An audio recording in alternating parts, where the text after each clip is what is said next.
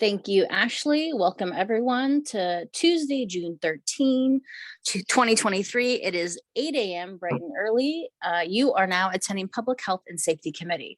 I'm going to call the meeting to order and roll call. I see Angela, I see myself, and we are waiting for Peter Agabe. We're going to keep going because we have a hard stop at 9:15. Angela, I'm looking for a motion to approve the Public Health and Safety Committee meeting minutes of April 11th, 2023. So move. I will second. Any discussion? Seeing none, all those in favor, please say aye. Aye. Aye. Meeting minutes approved. On to item number 4, Fire Station T1 Kitchen Project. Chief Hurley, what are we talking about? Well, I'm going to go ahead and attempt to share my screen, and we've got a short presentation to go through.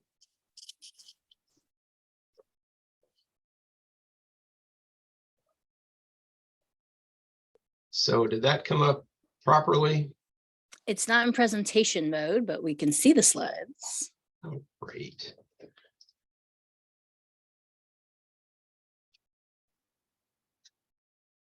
Not quite sure how to do that. You're fine. All right. Okay. Well, in the interest of time, I'm just going to keep plugging away here. Most of them are just photographs anyway. The current fire station is, I'm sorry, I'm struggling with this here.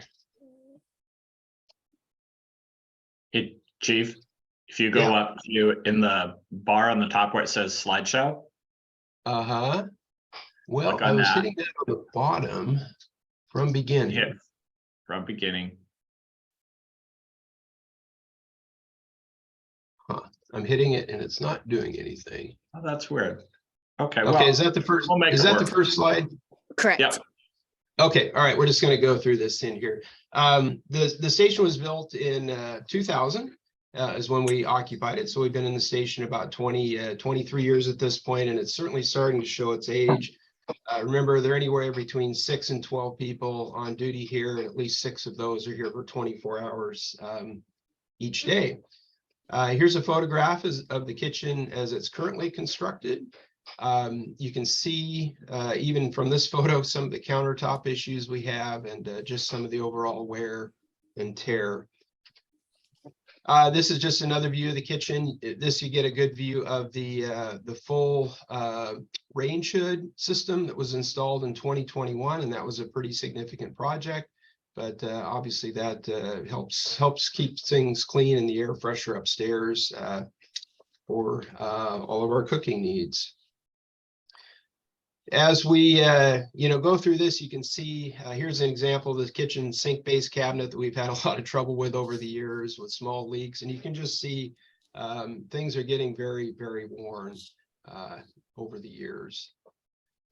And again, examples of the countertops, the Formica on the countertops is peeled off, around the doors on the cabinets it's peeling off, and again, just 23 years of wear and tear. And this is the current configuration of the kitchen. You can see the large kind of peninsula countertop. It probably wasn't the best design at the time. Really constricted flow through the kitchen. Unfortunately, we've been able to work with Swalling Kara architects to come up with a new design for the kitchen, and that is here. And I've got renderings of this next, which will make it more clear. But basically, that peninsula countertop has been removed and moved over against the wall, really to open up flow through the kitchen. And maybe these renderings will help explain that a little bit better. It opens it up. The island in the middle is slightly bigger, obviously positioned right underneath the range hood. And just some things I'll point out, we actually have an area for recycle and garbage that we don't have currently, and certainly we're trying to properly recycle everything, so we need more room for that. The next view is just from another angle, showing the new setup with the cooktop in the middle, and that longer countertop over against the wall where the coffee machine and things will be. It'll create much better flow through the kitchen. So our project budget and estimate, and at first I want to point out the funds that we do have available for this. We had budgeted in this current biennium for some remodel work at Station T2, and we've decided to put that off. It's in better shape than T1, and $40,000 was budgeted for that.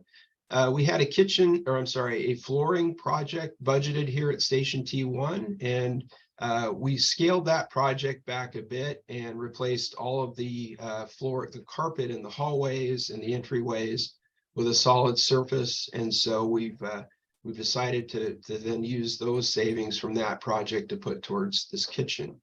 So that leaves around $90,000 in available funds.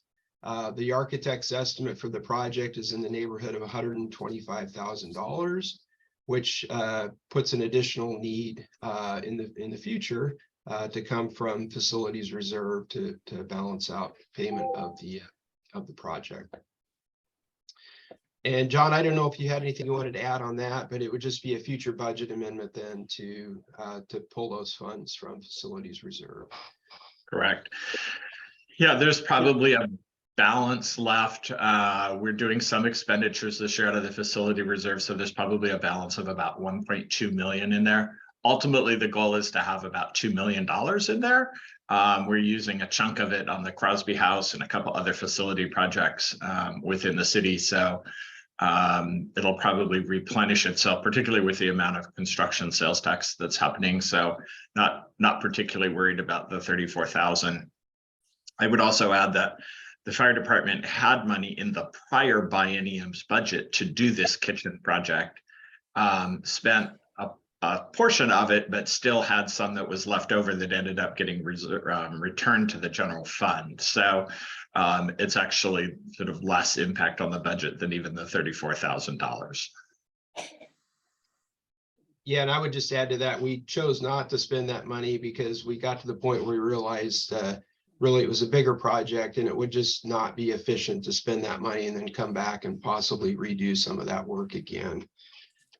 So really, to wrap things up, our next steps are working with facilities, obviously, to identify a contractor and start speccing out actual costs for the project to make sure we're in alignment with what the architect has projected.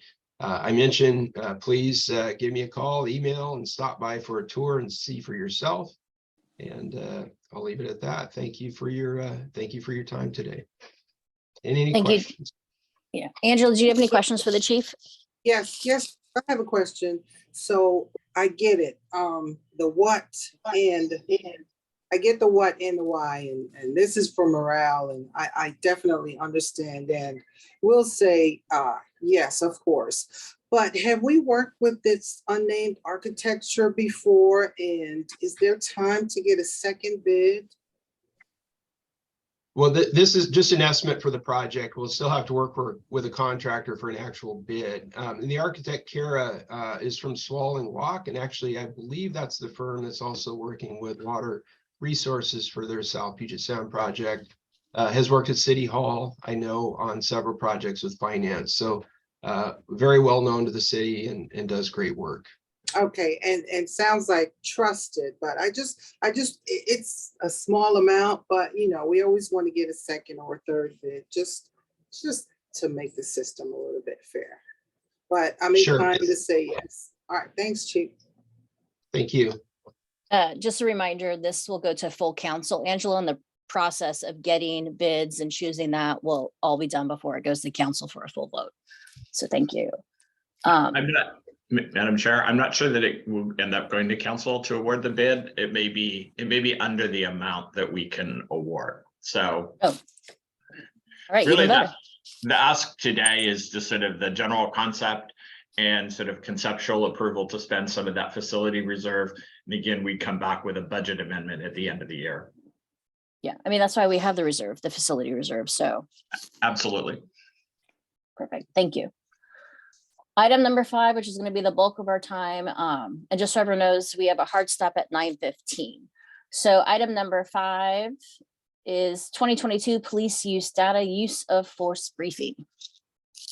Great, thanks, Chief Delhoff. Let me go ahead and share the screen, get that set up. And can you see that? Yes. All right.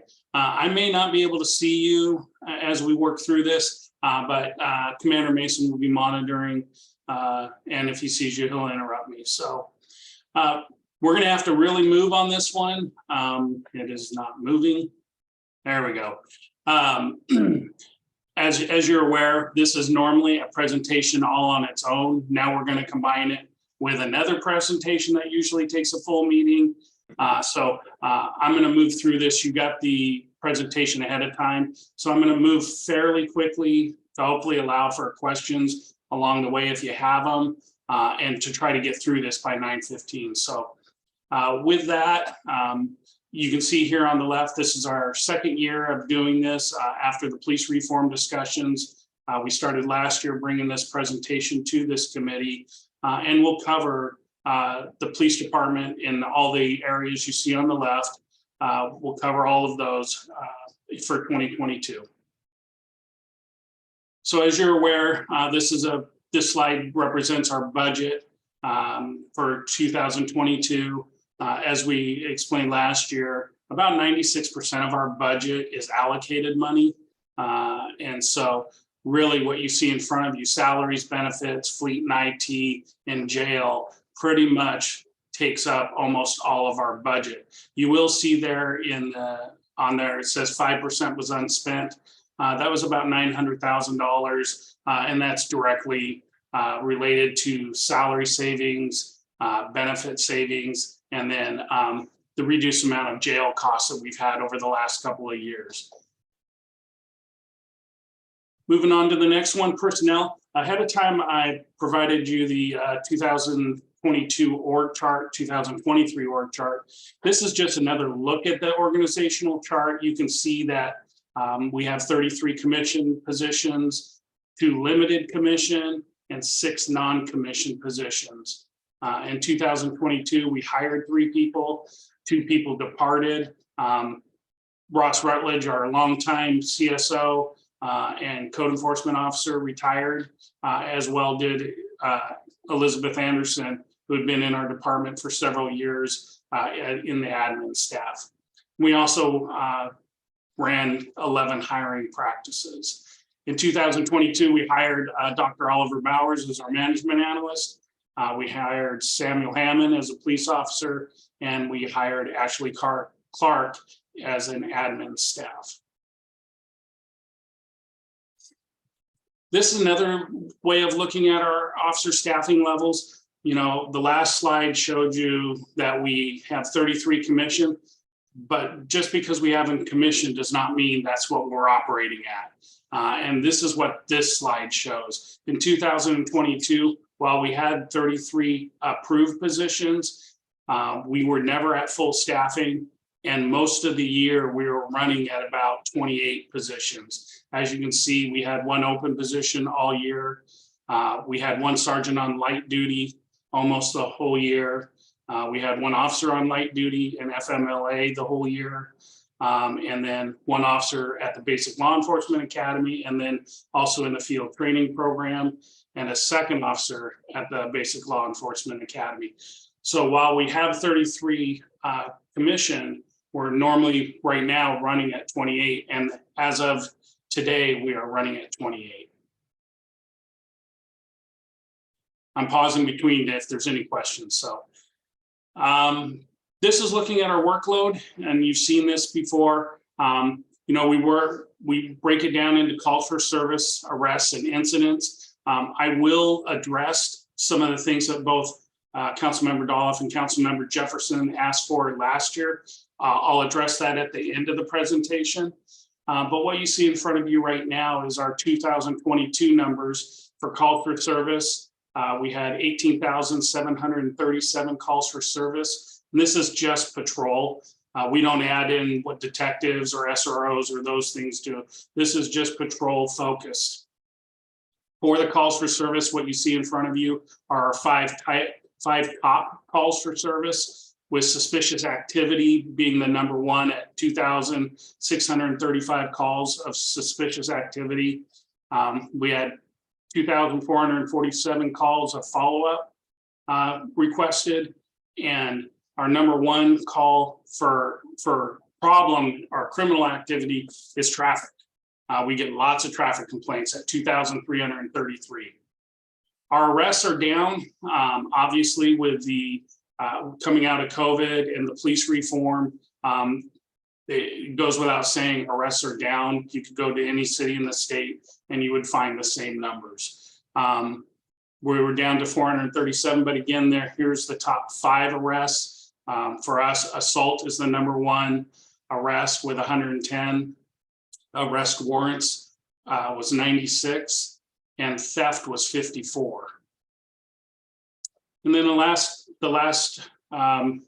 graph you have in front of you are the incidents. And these are the reports we wrote. So out of the 18,737 total calls, we wrote 2,359 incident reports, with most of them being related to theft at 526. Informational reports, which means not necessarily criminal, but something we want to document, at 275, and vehicle prowls at 236. Chief, can I ask a question real quick? Absolutely. Can you clarify, and some folks might not know what a warrant is, and that's not a new crime that's been committed. That's a crime that's committed at some point.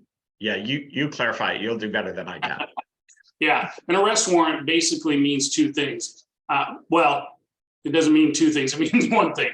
The person failed to appear for a court hearing. We can file charges. You know, when you hear the term, we refer charges to the prosecutor's office. The prosecutor's office has to go through a certain process to file the charge, which then notifies the defendant of a date and time certain they have to appear in court.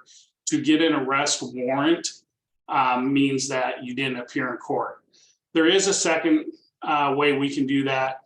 We can, but this is usually reserved for very serious crimes. We can actually go in front of the court and request an arrest warrant. Mostly you would see it for homicides, robberies, things like that, where we've established enough probable cause to arrest the person. And usually we'll do that when we're traveling outside of Thurston County to arrest somebody. Thank you. Commander Mason, is there anything you wanted to add to that? No, I don't believe so. Okay, we'll keep moving. So here's the other side of workload. You know, what you saw was the calls for service, what our community demands are. And then we have the other side. And this side is our proactive policing. And we really, you know, in our core values is our people, we engage our community. And we accomplish this through self-initiated activity, business checks, field interviews, traffic stops, and backing other officers up. You can see the numbers in front of you. This activity equals 12,140 activities over 2022. Our numbers are down, but again, a lot of that is police reform, COVID. You know, we're just starting to come out of it, and you're seeing things starting to tick up. So that's what that means. You know, self-initiated activity, as a reminder, these are when our officers go into the parks, do area checks around businesses, neighborhoods. They're doing follow-ups. They on-view something, or they're working on traffic details. Businesses and field interviews, our officers are encouraged to get out and interact with the community member, whether it's in a business, at a restaurant, or we see people walking around. Just engage them and talk to them. And so that's what those numbers represent. And here's the cornerstone of all successful police agencies, and that's training. We have 4 components of our yearly training: Basic Academy, the field training program, our department training, and then external training.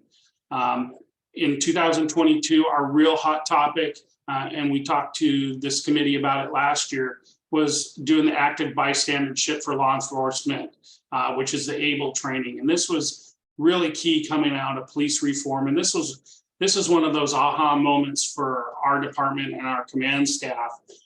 And it's really about the duty to intervene. You know, that's been around as long as I've been here, but it's really just come to the forefront. We train on everything, but one thing that we realize coming out of some of the police reform things is we've never really trained our people on how to intervene. We talk about it, we hit on it loosely, but we don't train like everything else. And so in 2022, we brought the ABLE program to our department. We did 8 hours of training for everyone in the department. And then we now are continuing with follow-up refresher training every year to help our officers understand and be prepared to intervene should it ever be needed. In 2022, the internal training program was 59 hours per member. That involved firearms training, defensive tactics training, emergency vehicle operations course, patrol tactics, and then a lot of the what we call miscellaneous or other category, which is legal updates, prosecutor, domestic violence updates, less lethal, CPR first aid, bias-based policing, use of force, ABLE, all of that's captured within that. And then our external training program, we had a little over 3,900 hours of training in external training. And this is really captured in an instructor development and recertification, really big into career development and succession planning, the basic law enforcement academy, and really high risk areas. Last year, our members attended 58 different courses. In investigations, last year was a big year for investigations. We really bounced back coming out of COVID. They had 262 assigned cases and several additional assignments all hit. What you see in front of you is the highlight cases that they worked on in 2022. A big one was the attempted ATM theft at one of our local credit unions, where our detectives worked with ATF and FBI and were able to identify 2 individuals that tried to dismantle and remove the ATM from that location, and in doing so almost burned the building down.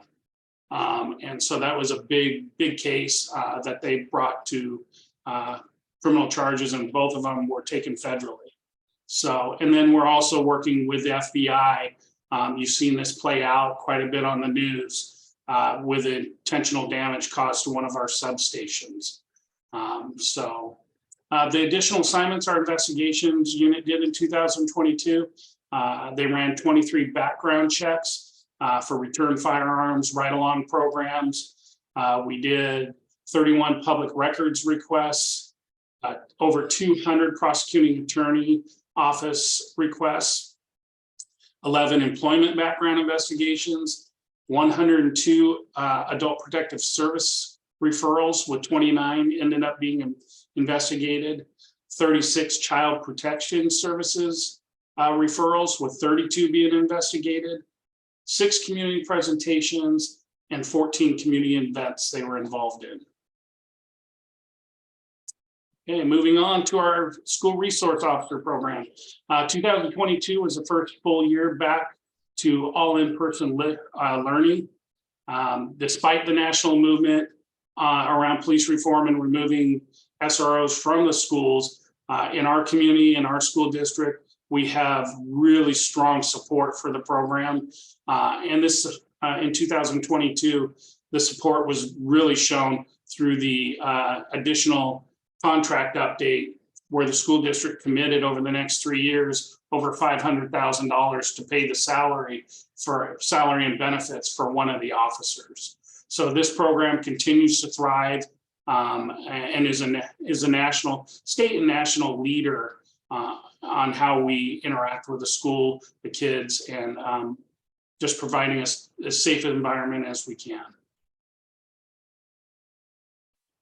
All right, next one is the K-9 program. This 2022 is a tough year for us. The numbers are down. We only had 18 deployments in 2022, but K-9 James, as you see there in the picture, had a rough year with his health. He suffered a significant leg injury and was out for several months. We weren't really sure that he was going to come back, but he's come back stronger than ever. but he is nearing the end of his retirement age. So in 2022, you guys met our new K9 team, K9 Thor and Officer Grimmett.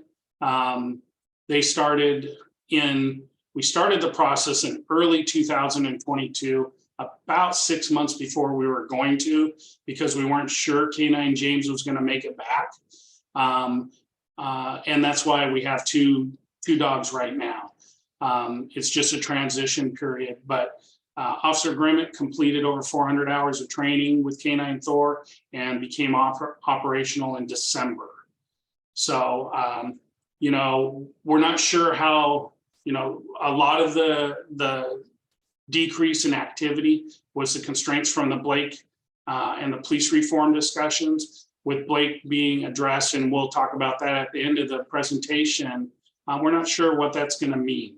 Right now, K9 Thor is only certified to do tracking and evidence looking, what's called a generalist. He is not certified for narcotics detection. K9 James right now is the only dog in Thurston County that I'm aware of that is K9 certified. All right, moving on to evidence. In 2022, we received 1,666 items of evidence. We disposed of 3,129 items of evidence. This was one of the nice things about COVID and police reform coming out of it. It actually gave us an opportunity to catch up. And really the catch up was getting the documentation and the courts being available to really work on giving us the release orders we needed to dispose of evidence.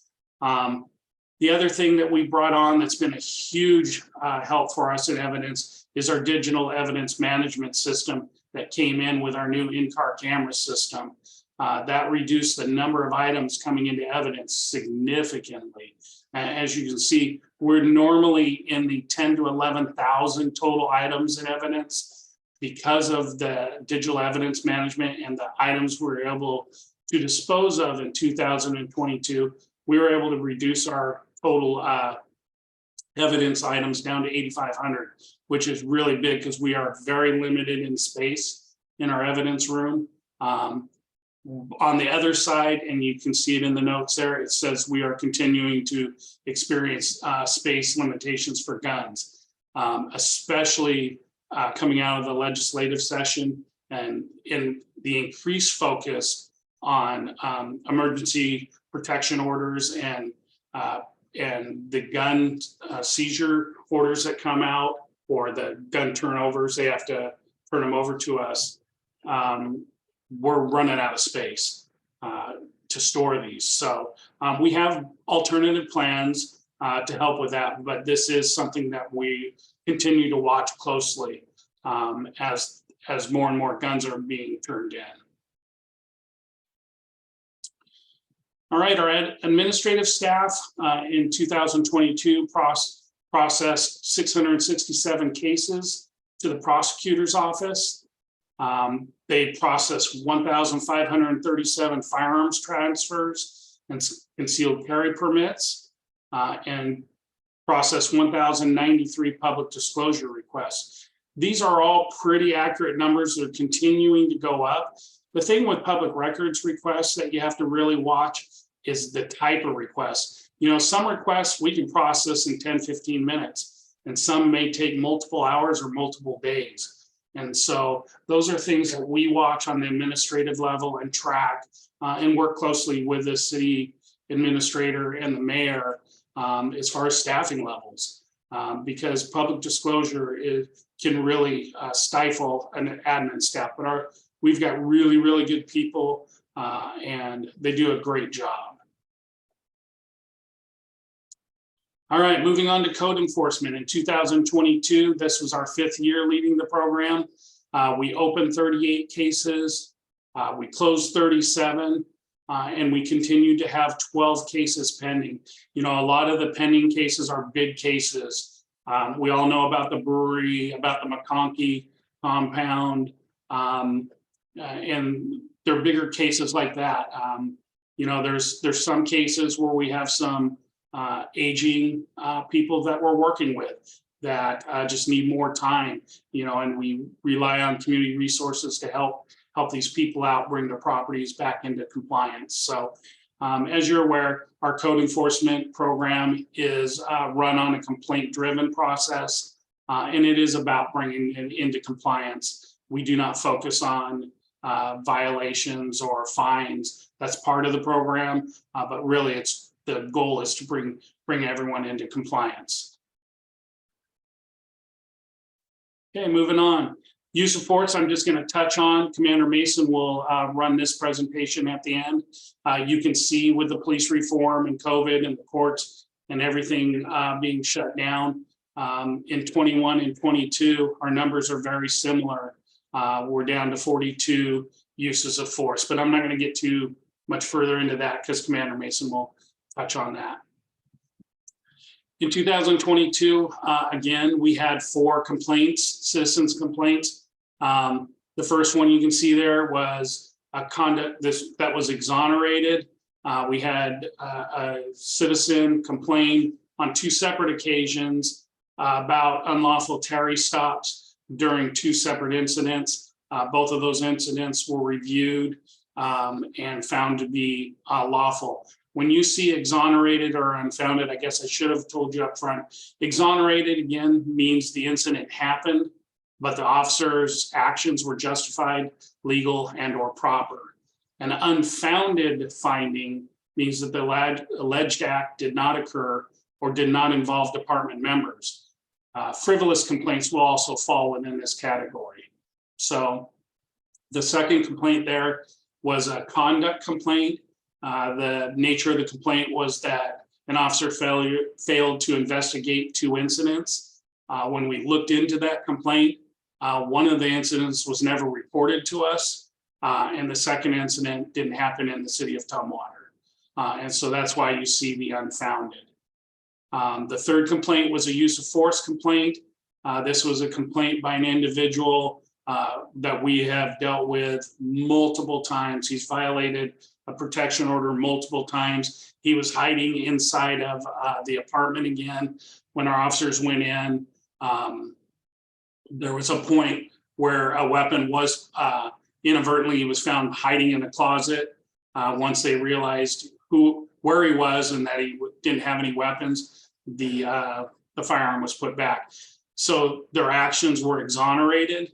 The unfounded part is he also complained that we assaulted his children, and that was unfounded.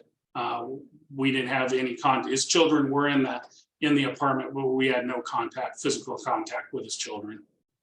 And then the fourth one was, again, conduct. We had a complaint from a citizen who was upset that we provided victim resources to his partner during a domestic violence incident, and we didn't provide them to him. We reminded him that our officers tried to talk to him and he refused to talk to us. And that's why you see the exonerated. Yes, it happened. We tried to provide resources. He just didn't want to talk to us. So those were the 4 citizen complaints we had in 2022. In 2022, we had 3 internal complaints or internal investigations. The first one was conduct related that was sustained. We had an inappropriate item seen by a supervisor in an office, and that was addressed by the supervisor, ended up in an internal investigation for a policy violation, and the member received a letter of reprimand for their actions. The second one was a safety related investigation having to do with an improperly stored weapon. Again, this was just an error that was out of character for this member and was handled through verbal counseling, but it was founded. It was clearly a violation of how we store our weapons. And then the third one was conduct again, and this was allegations by a member made about another member that had no merit, and that ended up in a letter of reprimand. Last but definitely not least, This is the last slide. The 2023 legislation, the two big bills you see there on the left and in the middle, we'll talk about in a second. But I just wanted to hit on really quick. There was a total of 30 bills relevant to law enforcement in this legislative session that we reviewed for our whole staff, provided direction on, and we're currently in the process of getting all of our policies changed. Our policies have been sent to the Guild for review, so we can have all of our policies ready to go by the July 23rd effective date, which is the effective date for the majority of the changes necessary. But the two big bills, we've heard about them. ESB 5352 is the vehicle pursuits bill. There was great improvement in the ability to actually do a pursuit. The way the law was before this, and this one was effective immediately May 3rd. The other law, the way the law used to be, even for a homicide, the ability to pursue somebody, the reality is you were required, you had to establish probable cause up front, and you also had to have pre-approved you had to have a supervisor approve the pursuit. Well, as you're aware, and we've talked about in the past, most pursuits start on a spur of the moment. It happens right in front of an officer right then. The reality of trying to get a supervisor approval and providing all that information to the supervisor to make a good supervisory decision, by the time all of that unfolds and happens, that suspect or that person is long gone.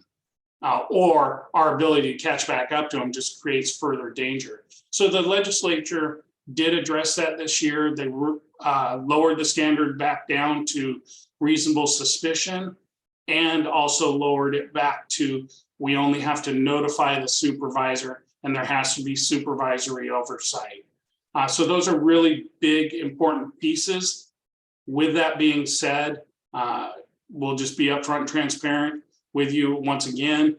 I do not see the pursuit law providing a lot of difference to our community members. We still have very limited ability to pursue people for the crimes that are affecting our community. Drugs, theft, retail theft, those things that are really devastating, vehicle prowling, auto theft, we still can't pursue them for. And we've made it very well known through the legislature, so they know it. And we're going to continue to see people, once they get to cars, continue to run from police because they know we can't chase them. So it's better. It's a work in progress, but it's not where we need to be. So we'll continue to work on that one. This next one, the Blake bill, wow. This is a 48-page bill and has so many tentacles to it and so many different things that it touches. But what I want to do is just touch on really quick kind of the highlights and for the parts that have to do with us in law enforcement. The Blake bill finally addressed the knowingly conviction that led to the Blake legislation. You have to knowingly possess the substance for there to be a crime. They did return it to being a crime and that being a gross misdemeanor. With that being said, there is still a huge push through law enforcement and prosecution. This is still considered a public health crisis, and we agree with that approach. And so they're really trying to push towards treatment. The unfortunate part is a lot of the treatment that we need for law enforcement and for these people is not available or not readily available. And so really, there's multiple sensing structures depending on the type of drug that the person is in possession of. But really for us, what we want for today to boil down to this committee is talk about our three approaches. How are we going to respond to persons in possession of narcotics? And there's three approaches. It's one, take no enforcement action. Two, refer to the prosecutor for charging consideration. and further access to community-based resources, such as the Thurston County LEAD program. And the third one, the third tool in the toolbox is a physical arrest. And I'm going to give you an example of how that each of those three may play out. Take no enforcement action. That's really about when we respond to someone in a critical medical distress. We're going to actively support life-saving operations and take no enforcement action. We don't want the potential of criminal charges becoming a barrier for anyone calling for help. And so in cases like this, we're not going to take enforcement action. We're going to help the fire department, the unresponsive person, we may use Narcan, whatever is needed. We're going to stay with the medical situation and hopefully provide resources for them to follow up on their own later. But again, the big thing is, we don't want to create that barrier where people won't call for their friend who just overdosed because they're afraid they're going to get in trouble. The second case is to refer to prosecutor. This will come up whenever we're coming across someone that's just in possession of narcotics. There's no other criminal charges, no other criminal activity. They're out in the, out on the street and they're smoking marijuana where they shouldn't be. Those are the types of cases where we're going to refer those to the prosecutor and let them take a treatment avenue. And then the last one is a physical arrest, book into jail. This is going to be whenever we make contact with an individual who's in knowing possession of a narcotic and is involved in criminal activity.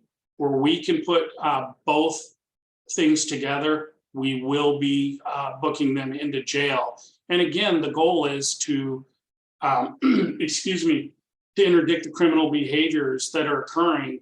And hopefully the end result is getting them into the system to provide them help that they're not getting on their own.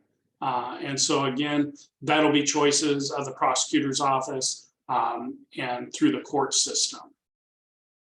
So with that is the end of the presentation, but I want to hit on really quick. We have Dr. Oliver Bowers here. One of the things last year that both council members that are present today asked for, Lieta, you specifically asked for calls for service data involving suicides, fentanyl overdoses, and mental health. And Angela, you asked about trend analysis information involving narcotics, homicides, sex abuse, or sex offenses and abuse. I'm going to turn this over to Dr. Bowers here because we need to get more information. We tried to dig into this now that Dr. Bowers has a better understanding of our system. He was only here a month last time. We want to be able to get you the information, but the first go at this, our system didn't have the information to really break down what we think you want. And the results that we got were really too vague to publish because you needed too much behind it. So Dr. Bowers, if you would take this over and walk the council members through, and hopefully we'll be able to address what it is you need and bring something back to you.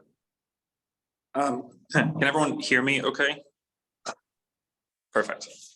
So not to undermine the chief there a little bit, but we do have all the data that you could want. It's not we don't have it, it's just trying to build up an accurate picture of what it is you want to know will allow me to pull the data in such a way that is actually reflective of what you want. So as an example, calls for service data that involves suicides, that's a single data point that doesn't provide an accurate depiction of the state of suicides, within Tumwater in terms of things, like attempts completed, calls related to, things that weren't. So when you actually look at our calls for service for suicide, they're incredibly consistent for the past 3 years. Literally 169, 163, and 168. That's incredibly consistent, but that doesn't give you an accurate picture. Like we haven't had 168 people commit suicide.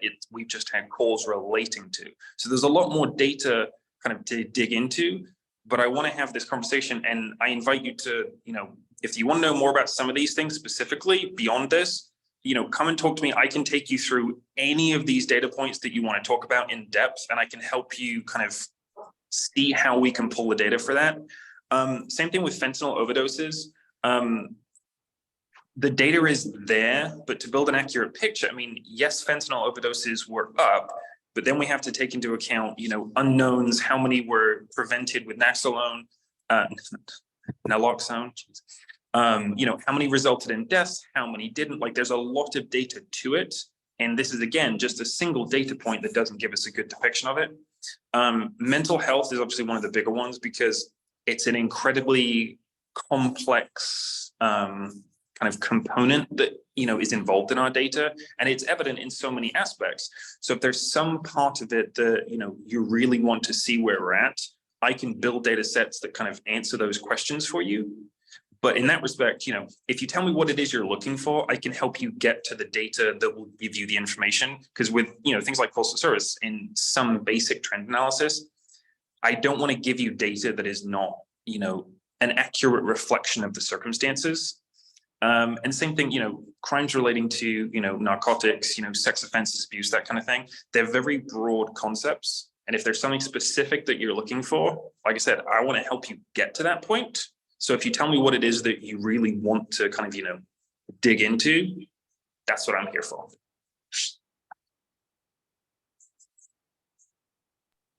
Chief, you're on mute. Well, that doesn't work very well, does it? If there's something specific here, this is really where we need your engagement because we want to get you the information that you're looking for. So we invite you to work with Oliver right now or later to get you the information you were looking for. Yeah, I mean, Angela, if this, have a discussion about and, phone call or you can actually dig into it to find out what it is you want to get to, that's fine too. If you have a finite list or something, whatever is easiest for you. Angela, I Yes. see you have unmuted. Go ahead. Yes, yes. Well, we know fentanyl and drug abuse and drug deaths are going up. So I just wanted to see what we look like in Tumwater. What are our numbers compared to the other cities? Is it increasing from 2 or 3 years ago? What are we looking like? That's what I'd like to see. I mean, from a purely, simplistic data point, the rate at which our fentanyl things are increasing are commensurate with other, regions surrounding. Obviously, our numbers are much smaller based on, population density and all that kind of thing, but ours have increased. They've almost doubled over the past couple of years, but compared to some places in, for example, Pierce County that have almost tripled, ours have increased, but not at that kind of rate. So, I mean, like I said, there are other bits to it, which I can, talk about in greater depth when we're not on a countdown timer. Right. Thank you. Peter, did you have anything right at the top of your head?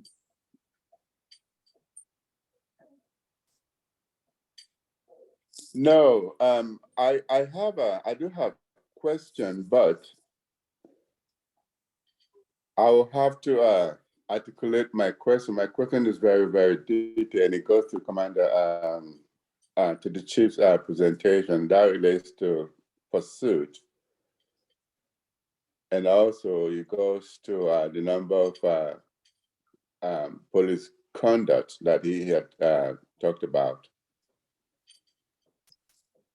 Okay, so you'll follow up with the chief and. Yeah, Okay. I'll do follow up. Perfect. Thank you, Peter. Dr. Barbers, one thing I was thinking is, yes, I would like to meet with you. So when you're back, if we could schedule a time, I could just drive over.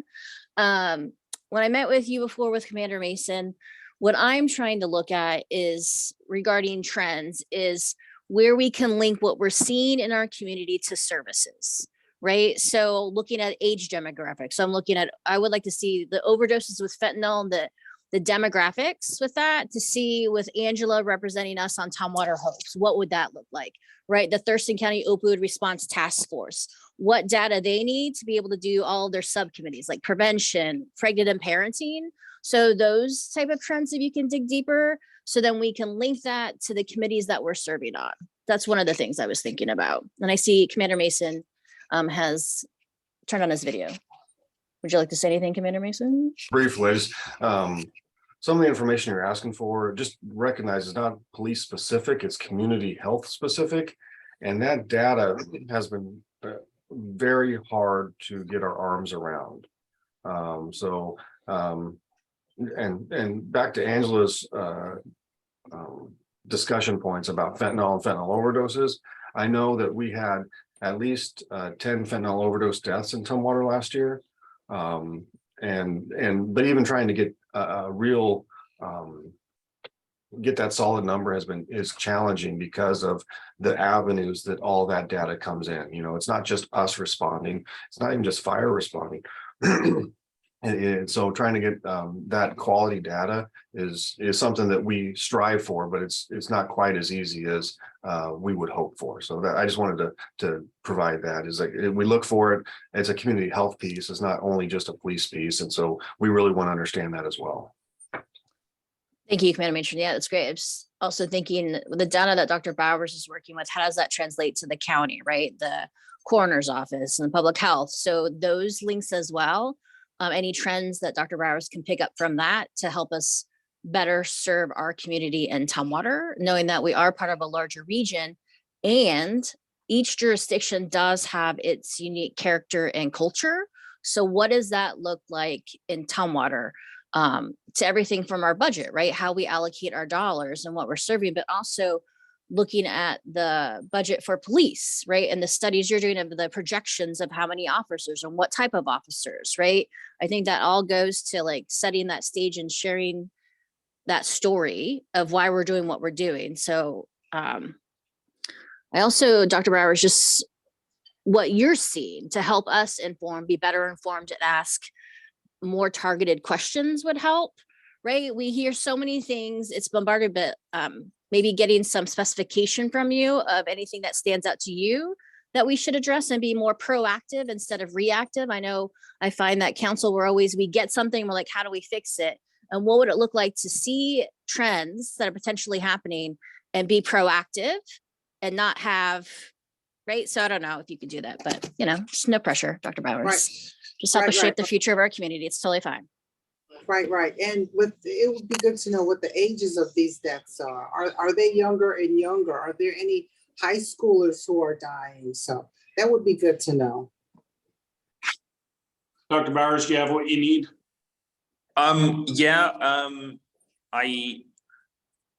If we have some conversations following this, you know, emails, phone calls, anything, we'll set stuff up to have these conversations. Like I said, these are more conversational to start build up some of these pictures. But yeah, for this, perfect. Thank you all. Great. Any more questions for Dr. Bowers before we let him go? I think we'll all follow up with specifics so we're not so vague with him where he's still going, I still don't know what you want. So we'll all follow up. Perfect. Great. Well, now we'll turn it over to Commander Mason and he will go through the use of force presentation.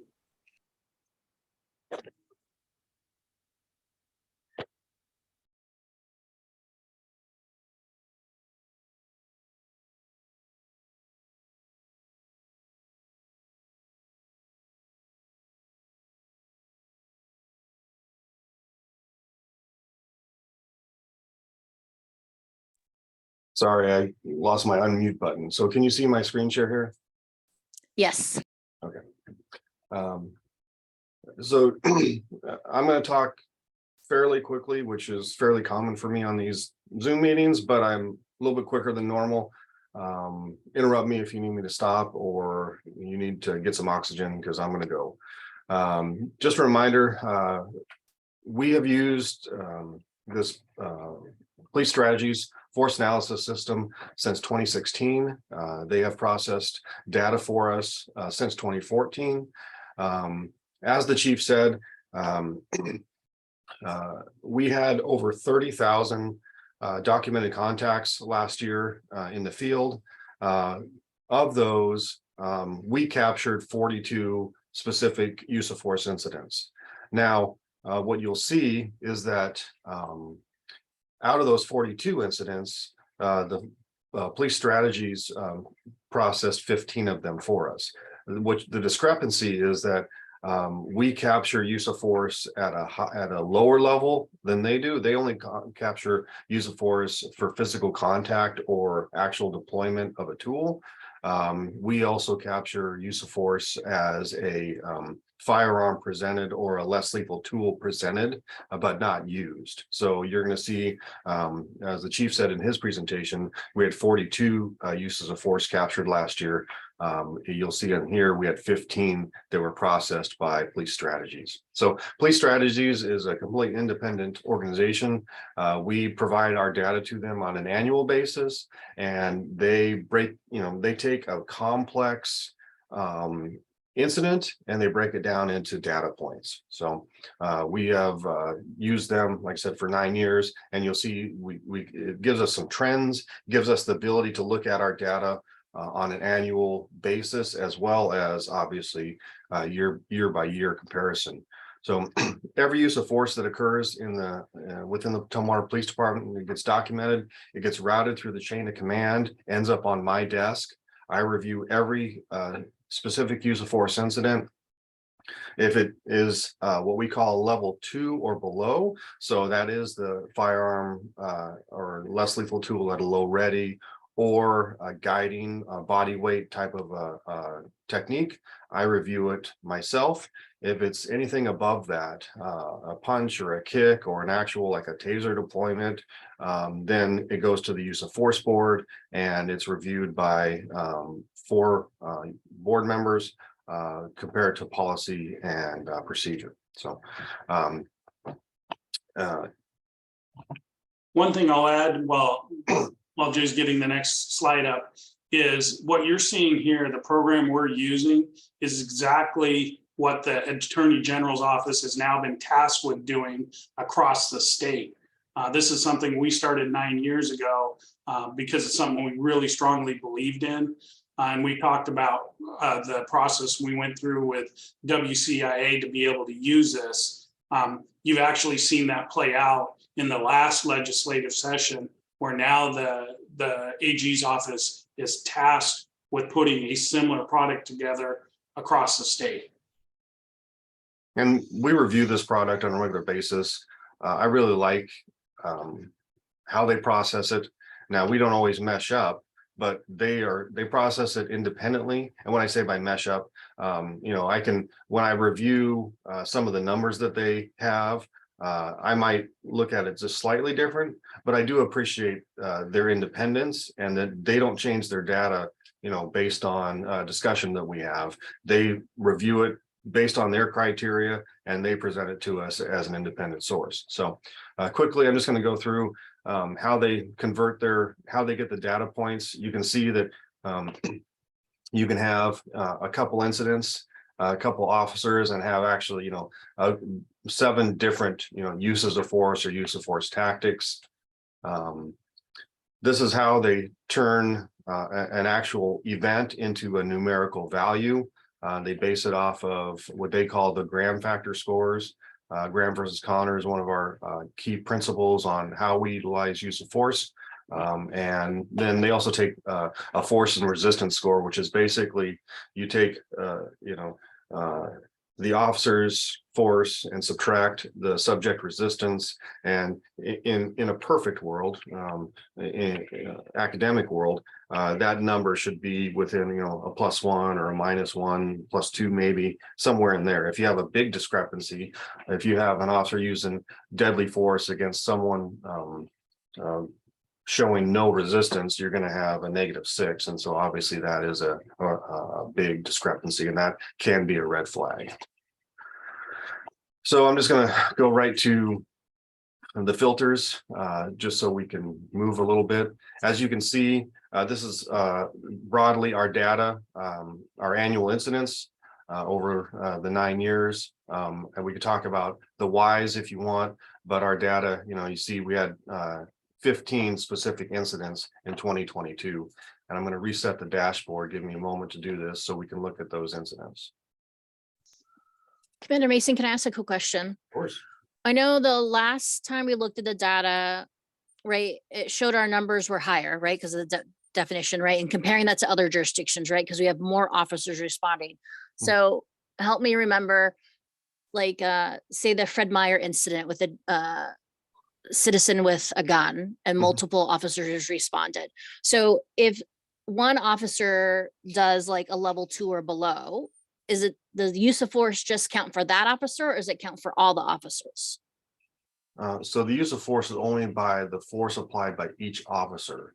Okay, But to have an incident where one officer uses force and no one else does would be generally, especially when it's appropriate force, would be really out of context for our Right. training. So Right. an example would be, we train multiple officer arrests now because, and we really focus on that because it's safer for the individuals we're contacting and our officers. So and that's why our numbers are up, because we have more officers responding, because we've shifted our procedures. kind of, but I mean, if you're looking, our numbers are down significantly. And, in the past, we've actually looked at, this organization does collect some data from other entities. The problem is that it's not uniform. And so you're only getting, it's completely random in a sense and so to actually compare, you're not comparing apples to apples, you're comparing apples to pineapples sometimes. And so we've found that was not useful for us. So right now we really look at our data and some regional data, but we don't have a good subset of statewide data to really compare to. And Doc Bowers could probably provide a better explanation, but it was really the data that was captured was insufficient to do an actual comparison.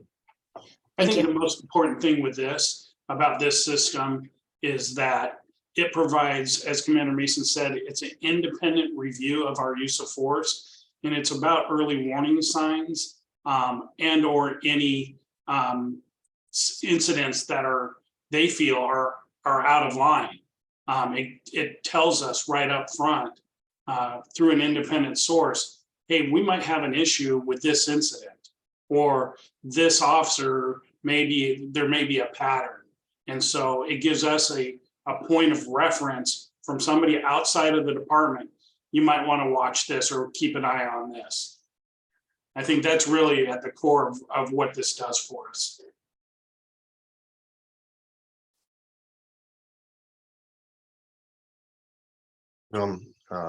As you can see, this provides us, time, date, data location, so we can look at trends on times of the year and locations, places of concern. With 15 data points, it doesn't provide a lot of great data, but it is here. And if we had more time, I would show you historically some of the hot spots and kind of where we're at.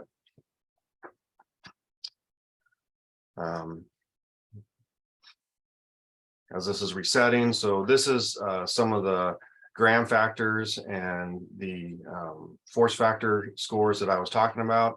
The force factor scores here, this is where they take the officer's application of force and match it up to the documented resistance. And you get that number. You can see all of our uses of force are well within those scores. And force justifications, this is the Graham factor. So a 20 is a max. So that means that it was, numerically a very dangerous situation. And you can see all of our situations, the vast majority of our situations are moving up on the scale. And here are the force justifications, mediums and highs, and the force factors are mediums and lows, which are appropriate based on the circumstances. So tactics, it shows the tactics that were utilized last year. The vast majority are to actual physical grab of someone, grabbing someone by the arm, grabbing someone along the shoulder, using body weight, and what that means is a leverage technique, taking someone to the ground, and the takedown, wrestling if you need to, pushing. We did have a couple strikes, and then one deployment of a taser. And then, as you can see, I believe there's 162 data points that are captured on each incident. And how you can dig down is pretty impressive. I will go, for the matter of time, just to the subjects.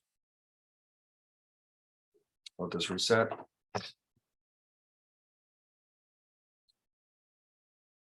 So this is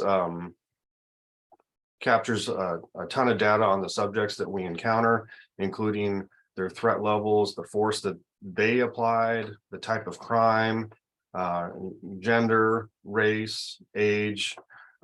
This is the one that always fascinates me, is the residents. So you can see for last year, of the 15 uses of force that were documented here, 3 involved citizens or people that identified Tumwater as their area of residence.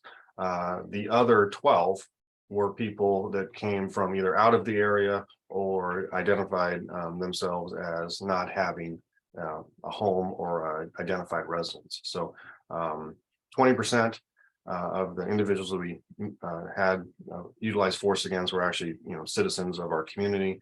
The other ones are from either outside the area or didn't identify a place of residence. So, and that's, again, these numbers are pretty small. When you talk about 15, one data point can, move the needle quite a bit. Historically, this has been about 33%.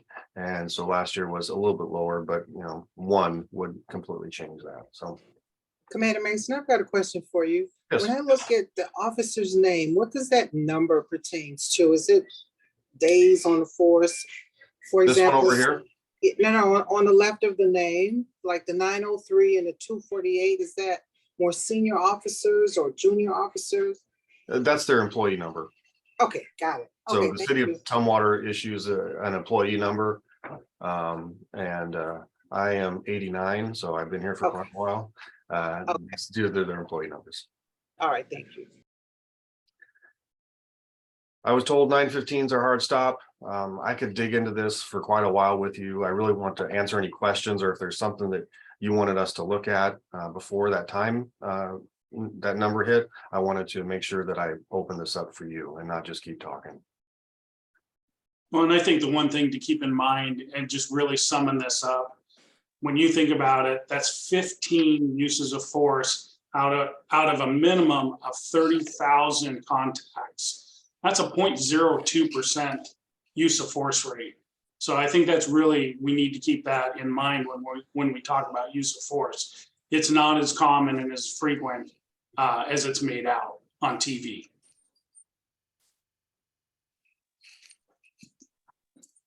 Thank you, Chief. Peter, Angela, I know when we represented this with last year, it's all a blur now. I scheduled time to sit down with Commander Mason and Dr. Bowers, and it was really, really eye-opening, like all the questions that we asked, to be able to sit with them, ask them, and for them to pull it up in real time was super informative and helps guide me moving forward on public health and safety. So I would recommend, if you both have availability, and Peter, some of your questions, and Angela, I know you've asked questions in the past, to schedule time with those two and sit down. I think it's very beneficial for us to be better informed of what's happening in our community.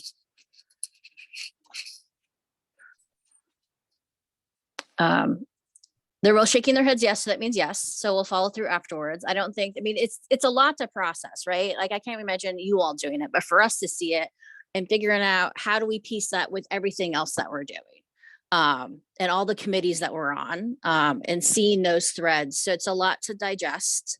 We're going to eat this elephant one piece at a time. So thank you for presenting this with a fire hose. So if there's nothing else from Angela or Peter, Chief, Commander Mason and Dr. Bowers, do you have any last words? I would just add that we encourage you, if you ever have any questions or want more information, please reach out to us. We are more than happy to meet with you and walk you through things and answer your questions. So I encourage you to reach out to us whenever you have these questions. I will just second that and say, like, especially in my role, like now that I'm here, doing this job, I can get you to the answers that you want. I can give you those things, if if you want to know something, we can have that conversation. And I really do encourage you to, you know, come in and talk, and we can sit you down and take you through this stuff. So it isn't a finite data point that's like, here's just a number. We can give context and explain it. You can actually, you know, get a much deeper understanding and appreciation for the circumstances as they are. But yeah, we're always here and available.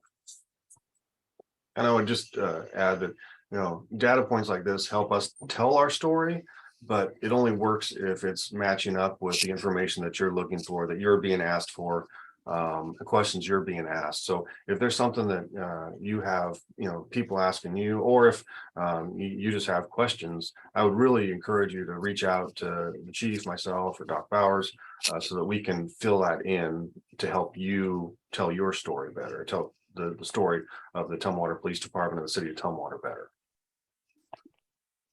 That's a great wrap up. Before the meeting started, I was talking to Chief Wicks about, I was meeting with someone, they have some challenges with a family member. Police have been called multiple times.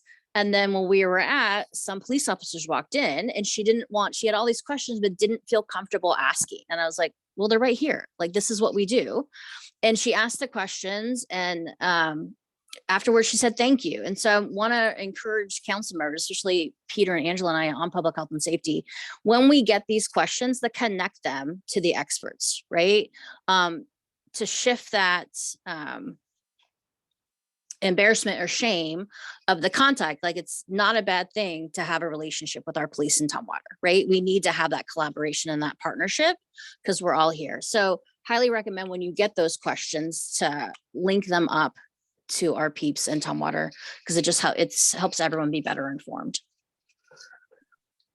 Seeing no one unmute, people telling me with their eyes to end this meeting. Meeting is adjourned at 9:11. Thank you, everyone. See you later tonight.